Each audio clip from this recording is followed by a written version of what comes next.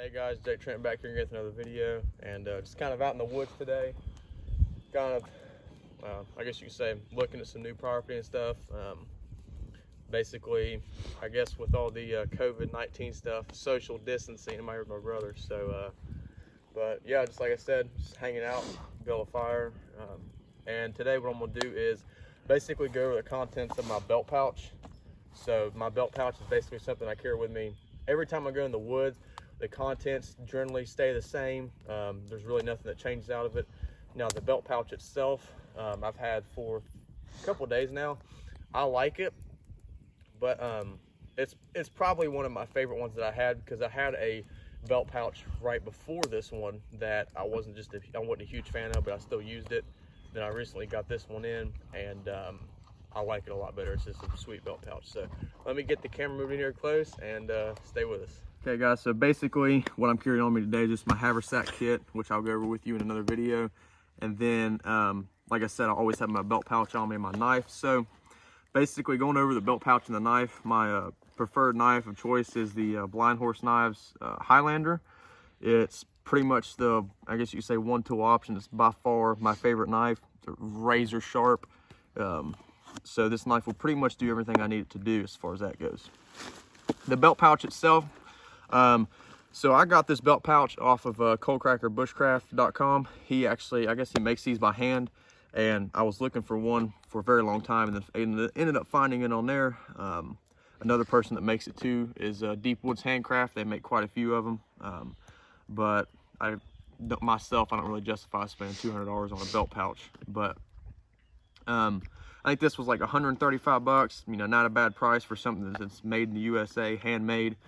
And like I said, I had a couple other different belt pouches. I had like a square one I didn't like. I had one kind of like this, but the leather was stiff. It wasn't a soft leather like this, which I really did not like. So that was actually the last one I was using. But like I said, all I did was move the contents from that belt pouch to this one. So basically it just has a little drawstring.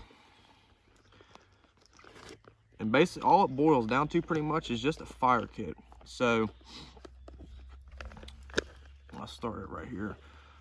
Basically my first three ways to start fire are magnification lens, a Bic lighter, and then a ferrocerium rod. This is the Exotac fire rod.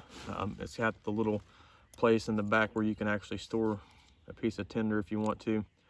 But first three ways to start fire: solar ignition, obviously, because the sun is a renewable resource. You're not, using up your Bic lighter or your ferro rod. And then obviously the lighter for instant gratification, duct tape around it always, and then a ferro rod for obvious reasons. Basically set that down there. Have a piece of chaga. You can make tea with this stuff. Has a lot of good health benefits. Also, you can use it for like an ember for fire starting, almost like horsehoof fungus, but this is a lot different than horsehoof fungus, I guess you could say, as far as medicinal value goes. Got a toggle with about a 7 or 8 foot line. This is like a number 12 bank line, basically for getting like, my water bottle out of the fire or something like that. If I need to clean my shotgun, I can drop this in and put a rag on the end of it, run it through, and pretty much clean it. So that's what that's for.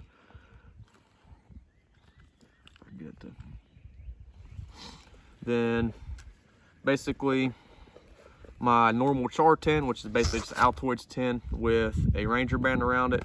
It's got all kinds of stuff like a rub cloth, char cloth, another piece of chaga, some material to also be charred. And then in this little buckskin pouch, I have my flint and steel set. Just a fun way to make a fire, just in case you're not feeling like the lighter or the ferro rod.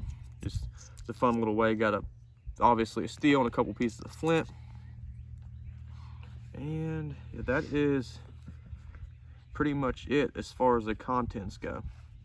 So basically, as far as the build of the belt pouch goes, it's a really good quality belt pouch. On the back, it's actually double stitched with, looks like some pretty strong stitching. It almost looks like artificial sinew, and then it's actually riveted on the back also, as far as the belt loop goes. So it's probably won't ever have a problem with that ripping. basically just to secure your stuff in there, as opposed to other belt pouches that just like have it open like this and the flap just flips over. What I like about this one is this one actually has a drawstring that you actually draw it all up like that. That way it doesn't fall out. You flip it over, bring this back, and then just basically cinch it down. And then you don't have to worry about losing the contents of your belt pouch. This is basically the side view of my belt pouch on my belt, alongside with the knife. So like I said, I like the way this sits. I like everything. It hangs down a little bit lower so it's not all up in your stuff, all up in your back and stuff. Hey guys, I'm Jake Trent. Thank you all for joining me for this video on the contents of my belt pouch and pretty much my everyday carry as far as the woods goes, my knife.